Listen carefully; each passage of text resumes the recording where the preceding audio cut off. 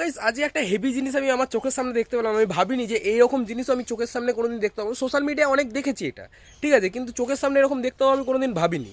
এত সুন্দর একটা প্রতিভা যেগুলো আমি মেনলি দেখেছি গ্রাম বাংলাতেই হয়, কিন্তু আমাদের এইরকম একটা জায়গাতেও যে এরকম একটা সুন্দর প্রতিভা পাওয়া যাবে আমি কখনো ভাবতে পারিনি। তো দেখো কি দেখলাম আমি।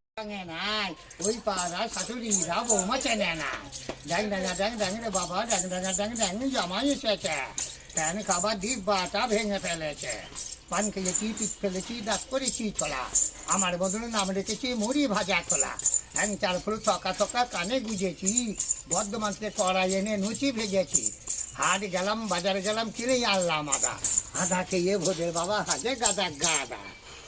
বেশি তাকাস না, বিয়া দিয়ে দেবো, কান্না মরে যাবি। ময়দা মুখো ঢ্যাপ ঢ্যাপ করে তাকাস। या देवी सर्वभूते देवी शक्ति रूपे भैरवी भूषण मातृ रूपे या देवी नमः तस्यै नमो तस्यै नमः नमः ओम सुदर्शन नमः तुते नमः नमः।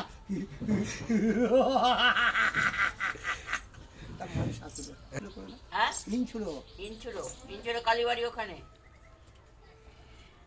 আমি বহু জায়গায় যাবেন। নাম নন্দ ঘোষ, চারাই নপাল মোষ। মোষে তো দুধ দেয় না, এটা কি ঘোষের দোষ?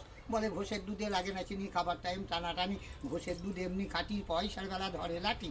নন্দ ঘোষের কাজ কি জানো? ছপাই দুধে নপাই জল, এই তো ঘোষের গেঁড়া কল। যতই বাড়াবে ততই